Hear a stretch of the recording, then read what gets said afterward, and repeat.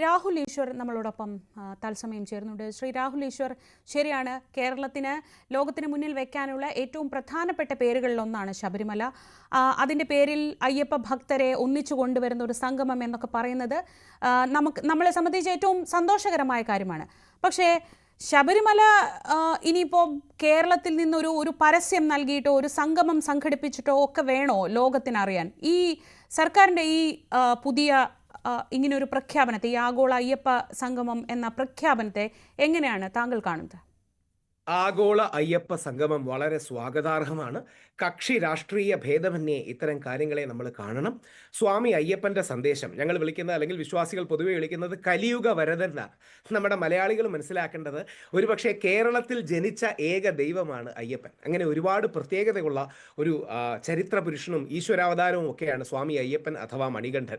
നേരത്തെ സൂചിപ്പിച്ചതുപോലെ, നിങ്ങളുടെ ജേർണലിസ്റ്റ് സൂചിപ്പിച്ചതുപോലെ, അയ്യപ്പനും വാവരും വെളുത്തയും, ഹിന്ദുവും മുസ്ലിമും ക്രിസ്ത്യാനിയും ഒക്കെ ഒരുപോലെ ഏകോദര സഹോദരങ്ങളെ പോലെ ജീവിക്കുന്ന, ഭാരതം മഹാത്മാഗാന്ധിയിലൂടെയും സ്വാമി വിവേകാനന്ദനിലൂടെയും ഒക്കെ മുമ്പോട്ട് വെച്ച പ്ലൂറലിസ്റ്റിക് സ്പിരിച്വാലിറ്റി, അല്ലെങ്കിൽ ബഹുസ്വരമായ ആത്മീയത എന്ന ആശയം ഏറ്റവും ശക്തമായി 1000 വർഷം മുമ്പ് പറഞ്ഞ വ്യക്തിയാണ്. ഇത് പരസ്യം കൊടുക്കലല്ല. അദ്ദേഹം ബ്രാൻഡ് എന്നൊക്കെ പറഞ്ഞെങ്കിലും ഇത് ബ്രാൻഡ് അല്ല, അതൊരു ചൈതന്യമാണ്. ബ്രാൻഡ് എന്ന് മാനേജ്മെന്റ് ടെർമിനോളജി വിളിക്കുന്നതിന് വിരോധമൊന്നുമില്ല, പക്ഷേ അതൊരു ചൈതന്യമാണ്. ആ ചൈതന്യത്തെ ലോകത്തിലേക്ക് നമ്മൾ അറിയിക്കണം. ഒരുപക്ഷെ അറിയുന്ന പലർക്കും കൗതുകം തോന്നും, ഏതാനും വർഷങ്ങൾക്ക് മുമ്പ് ജർമ്മനിയിൽ നിന്ന് 20 അംഗ സ്ത്രീകൾ, ജർമ്മൻ സ്ത്രീകൾ ശബരിമലയ്ക്ക്, അതായത് 50 വയസ്സിനും 60 വയസ്സിനും ശേഷമുള്ള സ്ത്രീകൾ കെട്ടുമൊക്കെ എടുത്തു വന്നിരുന്നു. അങ്ങനെ ഒരുപാട് ലോകത്തിന്റെ വ്യത്യസ്ത ഭാഗങ്ങളെ പ്രചോദിപ്പിക്കുന്ന ഒരു ആത്മീയ പാതയാണ് ശബരിമല. അത് തിരിച്ചറിയാനും അത് ആഘോഷിക്കാനും നമുക്കാകട്ടെ. കലിയുഗ വരദനാണ്. ശരിക്കും നമ്മുടെ സൗത്ത് ഇന്ത്യയിൽ നിന്ന് ഉയർന്നു വന്ന ഏറ്റവും വലിയ ആത്മീയ സാമൂഹിക ബിംബമാണ് സ്വാമി അയ്യപ്പൻ. ചരിത്ര പുരുഷനാണ്, ദൈവമാണ്, ഈശ്വരാവതാരമാണ്. അത് കോൺഗ്രസ് ആണെങ്കിലും BJP ആണെങ്കിലും കമ്മ്യൂണിസ്റ്റുകാരാണെങ്കിലും ഹൈലൈറ്റ് ചെയ്യുന്നത് നമുക്ക് സന്തോഷം, അല്ലെങ്കിൽ വിശ്വാസികൾക്ക് സന്തോഷം നൽകുന്ന കാര്യമാണ്. അതങ്ങനെ ചെയ്യട്ടെ. ചരിത്രത്തിൽ പ്രത്യേകിച്ച് CPM-നോട് പല കാര്യങ്ങളിലും തർക്കിക്കേണ്ടി വന്നിട്ടുണ്ട്. 5 തവണ പിണറായി വിജയൻ സർക്കാരിൻ്റെ പോലീസ് എന്നെ ജയിലിലിടുകയും 2-3 ആഴ്ചയോളം ജയിലിൽ കിടക്കേണ്ടി വന്നൊരു വ്യക്തിയാണ് ഞാൻ. പഴയ വേദനകളും വിഷമങ്ങളും ഉണ്ട്. ഇപ്പോഴും പല കേസുകളും പിൻവലിച്ചിട്ടില്ല. അതൊക്കെ ഉണ്ട്, അതൊന്നുമില്ലെന്ന് പറഞ്ഞിട്ടില്ല. ഇപ്പോഴും പല ഹിന്ദു ആക്ടിവിസ്റ്റുകൾക്കെതിരെയും കേസ് തുടരുന്നുണ്ട്. ആ വിഷമവും ഒക്കെ മനസ്സിലുണ്ട്. അത്തരം കാര്യങ്ങൾ പരിഹരിക്കുകയും, പ്രത്യേകിച്ച് സഖാവ് ശ്രീ പിണറായി വിജയൻ ഈ സമ്മേളനത്തിൽ സംസാരിക്കുമ്പോൾ അയ്യപ്പന്റെ മതസൗഹാർദ്ദം ഉയർത്തിക്കാട്ടുന്നതിനോടൊപ്പം അവർക്ക് പറ്റിയ അബദ്ധങ്ങളോ ശരിയല്ലാത്ത കാര്യങ്ങളോ കൂടി ഏറ്റുപറയുകയാണെങ്കിൽ കുറെ കൂടെ നന്നായിരിക്കും. ഏറ്റുപറച്ചിൽ രാഹുൽ പ്രതീക്ഷിക്കുന്നുണ്ടോ? രാഹുൽ ഇതൊക്കെ പറയുമ്പോൾ ആലോചിച്ചത് 2018-ലും 2019-ലും ഒക്കെ നമ്മൾ ഒരുപാട് തവണ ഇങ്ങനെ ഈ സ്ക്രീനിൽ അപ്പുറവും ഇപ്പുറവുമായിട്ട് ഇരുന്നിട്ടുള്ള വിഷയങ്ങളെ കുറിച്ചൊക്കെ ഓർക്കുകയായിരുന്നു. എന്തായാലും വരാനിരിക്കുന്ന ഒരു തെരഞ്ഞെടുപ്പ് വർഷമാണ്. തദ്ദേശ തെരഞ്ഞെടുപ്പ് വരുന്നുണ്ട്, നിയമസഭാ തെരഞ്ഞെടുപ്പ് വരുന്നുണ്ട്. ഹിന്ദു വിഭാഗം ഈ ഒരു CPM-ൽ നിന്ന് LDF-ൽ നിന്ന് അകന്നു പോവുകയാണെന്നൊരു ആശങ്ക ലോക്സഭാ തെരഞ്ഞെടുപ്പിന്റെ പശ്ചാത്തലത്തിൽ പ്രത്യേകിച്ച് ചില കമ്മ്യൂണിറ്റികൾ അകന്നു പോകുന്നു എന്ന ഒരു ആശങ്ക നിലനിൽക്കുന്നുണ്ട്. ഇതിനൊക്കെ പശ്ചാത്തലത്തിൽ കൂടിയാണ് ഇങ്ങനെയൊരു തീരുമാനമെന്ന് ആരെങ്കിലും ദോഷേക ദൃക്കുകൾ പറഞ്ഞാൽ അതിൽ രാഹുൽ എന്തെങ്കിലും കഴമ്പ് കാണുമോ? അല്ല, ദോഷേക ദൃക്കല്ല. ന്യൂസ് 18 പറയുന്നതും നിങ്ങളുടെ റിപ്പോർട്ടർ പറഞ്ഞതും വാസ്തവമാണ്. നമുക്കറിയാമല്ലോ, നമ്മൾ കണ്ണടച്ചിരിട്ടാക്കണ്ട. സത്യസന്ധമായി പറഞ്ഞാൽ, പ്രത്യേകിച്ച് ഇലക്ഷൻ പക്ഷം വരുമ്പോൾ ഏറ്റവും വലിയ ഹിന്ദു പാർട്ടി CPM-ആണ്. CPM-ന്റെ 81% ഹിന്ദു വോട്ടർ ബേസ് ആണെന്ന് കോട്ടയം CPM സമ്മേളനത്തിൽ ശ്രീ പിണറായി വിജയൻ ഭംഗ്യന്തരേണ സൂചിപ്പിക്കുന്നുണ്ട്. ഏകദേശം 10% ക്രിസ്ത്യനും 9% മുസ്ലിം സമൂഹമാണെന്ന് പറഞ്ഞാൽ ബാക്കി 81% ഹിന്ദു സമൂഹമാണല്ലോ. അതിൽ തന്നെ ബഹുഭൂരിപക്ഷവും ഈഴവ ഫോളോഡ് ബൈ നായർ സമുദായങ്ങളാണ്. ഈ വിഷയത്തിൽ ആരാധ്യനായ NSS general secretary Sukumaran Nair sir ഒക്കെ എടുത്ത നിലപാടാണ് സാധാരണ ഹിന്ദുക്കൾക്കുള്ളത്. ആദ്യം വെള്ളാപ്പള്ളി നരേശൻ സാർ ഒരുപക്ഷെ ശ്രീ പിണറായി വിജയൻ അവർകളെ എതിർക്കാതിരുന്നെങ്കിലും പിന്നീട് രാത്രിയുടെ മറവിൽ രഹസ്യമായി യുവതികളെ അവിടെ പോലീസ് കയറ്റിയപ്പോൾ പിണറായി വിജയൻ അവർകൾ ചതിച്ചുവെന്ന് നമ്മുടെ വെള്ളാപ്പള്ളി നരേശന്റെ ധർമ്മപത്നിയായ പ്രീതി നരേശൻ മാഡം അടക്കം പറയുന്നത്. സാധാരണ വിശ്വാസികൾ ഈ വിഷയത്തിൽ രാഷ്ട്രീയം കളിക്കില്ല. നമുക്കതൊരു ആത്മീയ ചൈതന്യമാണ്. അപ്പൊ ശ്രീനാരായണ ഗുരുദേവനാണെങ്കിലും ചട്ടമ്പി സ്വാമിയാണെങ്കിലും ഭാരതകേസരി മന്നത്തൂത്തനാണെങ്കിലും മഹാത്മാ അയ്യങ്കാളിയും ഒക്കെ ഞങ്ങൾക്ക് സാമൂഹിക ആത്മീയ നേതൃത്വം. അപ്പം നമുക്കിതിൽ രാഷ്ട്രീയമില്ല.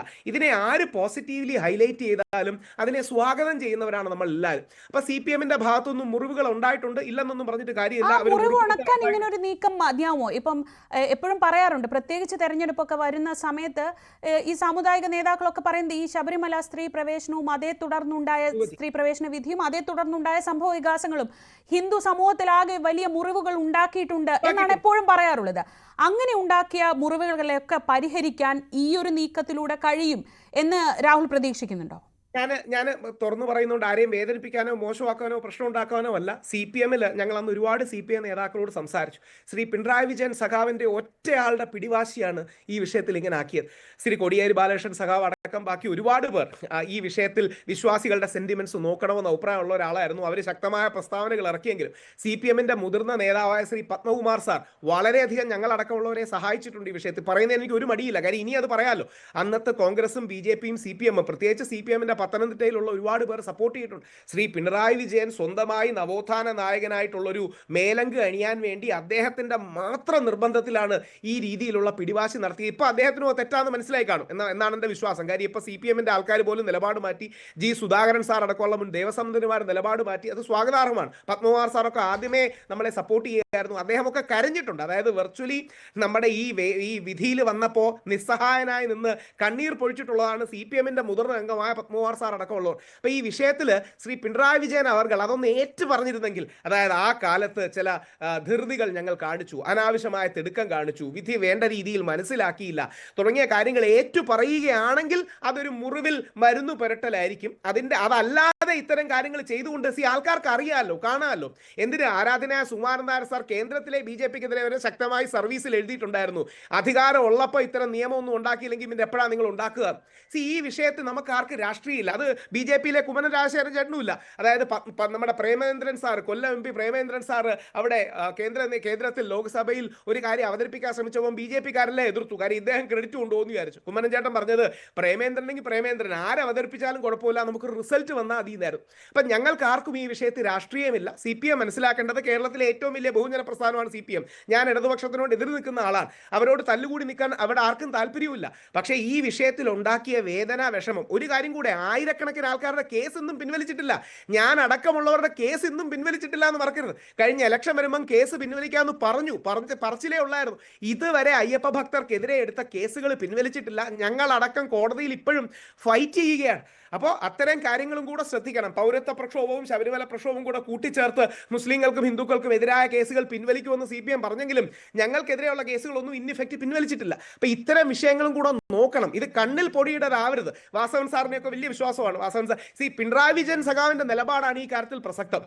അദ്ദേഹം എടുത്ത പിടിവാശി, അദ്ദേഹം ആവശ്യമില്ലാതെ ഞാൻ പിടിച്ച മുയലിന് 3 കൊമ്പെന്ന നിലപാടിൽ നിൽക്കുകയും മറ്റും ചെയ്തു. മുഖ്യമന്ത്രിയാണ് ഇത് ഇനോഗ്രേറ്റ് ചെയ്യുന്നതെങ്കിൽ ഈ ഭക്തർക്കുണ്ടായ വേദനയെങ്കിലും ഒന്ന് സൂചിപ്പിക്കുകയാണെങ്കിൽ രാഹുൽ, ഞാൻ മടങ്ങിയെത്താം. ഇപ്പോൾ CPM നേതാവ് ശ്രീ K. അനിൽകുമാർ നമ്മളോടൊപ്പം ടെലിഫോൺ ലൈനിലൂടെ. ശ്രീ അനിൽകുമാർ, ആഗോള അയ്യപ്പ സംഗമത്തെ